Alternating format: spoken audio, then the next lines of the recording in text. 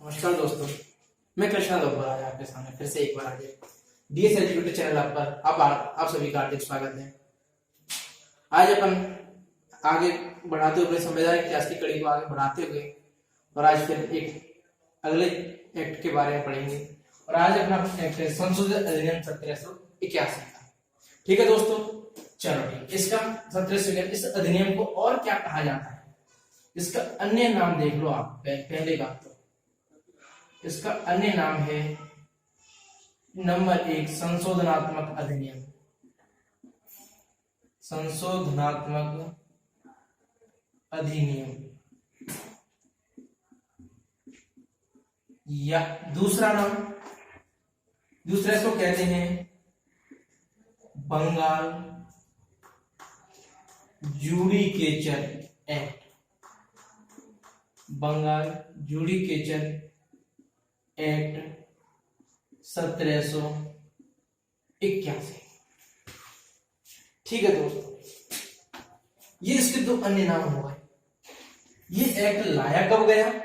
ये एक्ट लाया गया तो दोस्तों देखना है इसको, बंगाल ब्रिटिश संसद की कौन सी प्रवर समिति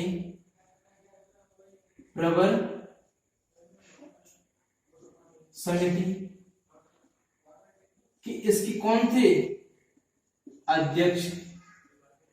उसके अध्यक्ष कौन थे? तो वो अध्यक्ष थे एडमंड बर्क। ब्रिटिश संसद की प्रवर समिति के अध्यक्ष एडमंड बर्क की सिफारिश पर संशोधित अधिनियम 1781 को लाया गया। इसमें कौन कौन से संशोधन लाया किस लिए गया था? ये दोस्तों, ये लाया इसलिए गया था ये कि रेगुलेटिंग एक्ट 1773 में कुछ कमियां थी, कुछ दोष रह गए थे। उन दोषों को ठीक करने के लिए इस संशोधित अधिनियम 1781 को लाया गया।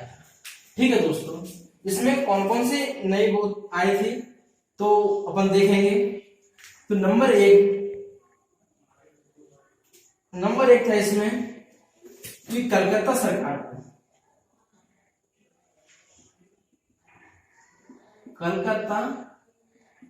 सरकार को ये कानून बना सकती थी, ये विधि बना सकती थी, विधि निर्माण कर सकती थी। ये विधि निर्माण कर सकती थी किस किस के लिए? बिहार, बंगाल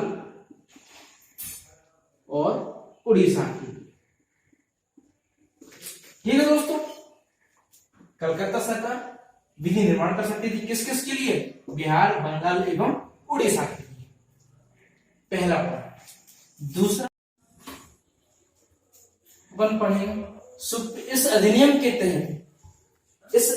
के तहत सुप्रीम कोर्ट को यह निर्देशित किया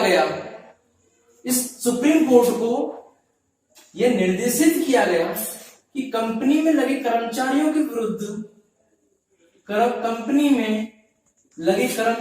विरुद्ध वह कोई भी कार्यवाही नहीं कर सकता था। कौन सी?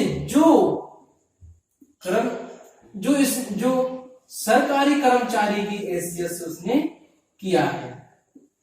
जो सरकारी कर्मचारी की हैसियत से जो कार्य किया है उसने, उस कर्मचारी के विरुद्ध सुप्रीम कोर्ट कोई भी कार्यवाही नहीं कर सकता था। ठीक है दोस्तों, अगला अपन देखेंगे तो अगला क्या है?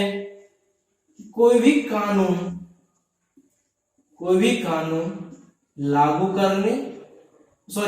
बनाने एवं लागू करने, कोई भी कानून बनाने एवं लागू करने से पूर्व भारतीय धार्मिक एवं सामाजिक रीति रिवाजों का, धार्मिक एवं रीति रिवाजों का सम्मान करने का निर्देश दिया गया था। सम्मान करने का निर्देश दिया गया। ठीक है, तो एक बार फिर रिपीट करते हैं इसको। तो संशोधन अधिनियम 1781, अन्य नाम थे संशोधनात्मक अधिनियम या बंगाल जुडिशियल एक्ट 1781। ब्रिटिश संसद की प्रवर समिति के अध्यक्ष एडमंड बर्क की सिफारिश पर यह संशोधन अधिनियम लाया गया था। कलकत्ता सरकार को विधि निर्माण का पावर मिल गया था। किस किस के लिए? बिहार, बंगाल एवं उड़ीसा। सुप्रीम कोर्ट को, इस अधिनियम के तहत सुप्रीम कोर्ट को निर्देशित किया गया कि कंपनी में लगे कर्मचारियों के विरुद्ध वो कोई भी कार्रवाई नहीं कर सकता जो उसने सरकारी कर्मचारी की हैसियत से किया है। दूसरी बात, कानून बनाने एवं लागू करने से पूर्व भारतीय धार्मिक एवं सामाजिक रीति रिवाजों का सम्मान करने का निर्देश दिया गया था। ठीक है दोस्तों, कल हमने कुछ लास्ट में छोड़ दिया था थोड़ा सा। मैंने निदेशक बोर्ड, संचालक मंडल, कुछ ऐसे लास्ट वर्ड छोड़े थे। जो निदेशक बोर्ड और संचालक मंडल एक ही होता है, उसके लिए सॉरी दोस्तों, कल जल्दी हो गया था। अलग होता है एक स्वामी मंडल। तो देखो, सबसे पहले अपन देखते हैं स्वामी मंडल। स्वामी मंडल, स्वामी मंडल कौन, क्या है? कंपनी में साझेदार व्यक्ति,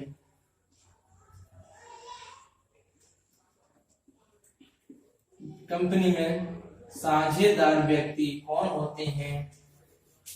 स्वामी मंडल। सीधे वर्डों में कहें तो कंपनी, कौन सी कंपनी है ये ईस्ट इंडिया कंपनी है। यानी कि ईस्ट इंडिया कंपनी में जिन जिन लोगों का पैसा लगा था, जिन जिन लोगों का इसमें शेयर था, और उन जितने लोग थे जो साझेदार थे, जिन जिस व्यक्तियों का शेयर लगा था, जो साझेदार थे, वो साझेदार ही किस में आते थे? स्वामी मंडल में आते थे। ठीक है दोस्तों, पहली चीज तो क्लियर हो जाए। इनको कानून बनाने का अधिकार था। कानून बनाने का इनको क्या था? अधिकार था। ठीक है दोस्तों, ठीक है। हाँ, यदि संचालक मंडल कोई कानून बना रहा है, कोई कानून बना रहा है, तो उसको रद्द करने का भी अधिकार था। किसको? स्वामी मंडल को। स्वामी मंडल कौन है? कंपनी में साझेदार व्यक्ति कौन है? स्वामी मंडल के अंतर्गत आते हैं। कानून बनाने का क्या है इनको? अधिकार है। संचालक मंडल, बताऊंगा संचालक मंडल क्या है। यदि कोई कानून बना रहा है तो उसको क्या रद्द करने का अधिकार किसको है? स्वामी मंडल को। सीधी सी बात है दोस्तों, जो पैसा लगाएगा उसका पावर रहेगा। जो पैसा कौन लगा रहा है कंपनी में? स्वामी मंडल सदस्य है, वो पैसा लगा रहे हैं इसमें, और उनको कानून बनाने का या किसी अन्य के कानून बनाकर उसको रद्द करने का इसको अधिकार है। या निदेशक मंडल। ठीक है दोस्तों, देखो संचालक मंडल में कितने सदस्य होते थे? सदस्य देखो इनके 24 होते थे। ये स्वामी मंडल से ही होते थे। किससे होते थे? ये स्वामी मंडल से ही होते थे। और इनका चुनाव भी कौन करता था? स्वामी मंडल करता था। यानी कि स्वामी मंडल अपने में से ही कुछ सदस्यों को, अब स्वामी मंडल अपने में से कुछ सदस्यों को क्या बना देता था? वो संचालक मंडल में डाल देता था। और वो सदस्य कितने होते थे दोस्तों? 24 होते थे। कितने होते थे दोस्तों? 24 सदस्य होते थे। इनका प्रारंभ में इनका कार्यकाल कितना था? वो था 1 वर्ष। यानी कि प्रतिवर्ष स्वामी मंडल निदेशक मंडल के सदस्यों का चुनाव करता था। लेकिन रेगुलेटिंग एक्ट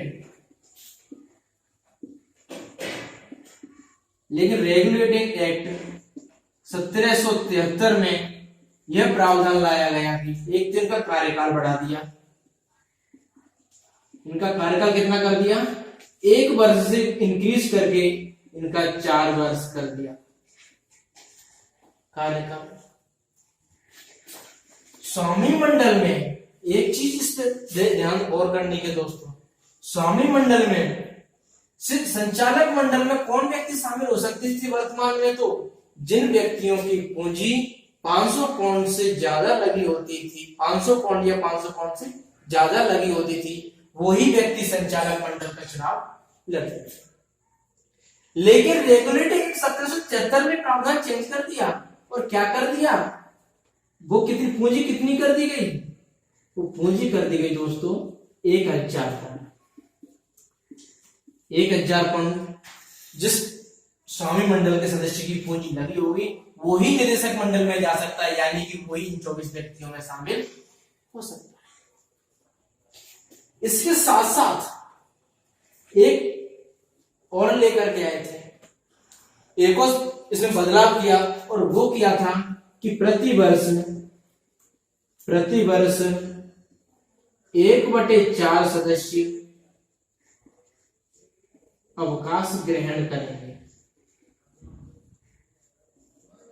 यानी कि मेरे दोस्तों समझना, इस 24 सदस्य है ना, इन 24 सदस्यों में से 1/4 कितना होगा? 6 सदस्य। 6 सदस्य होंगे, प्रत्येक वर्ष 6 सदस्य क्या ले लेंगे?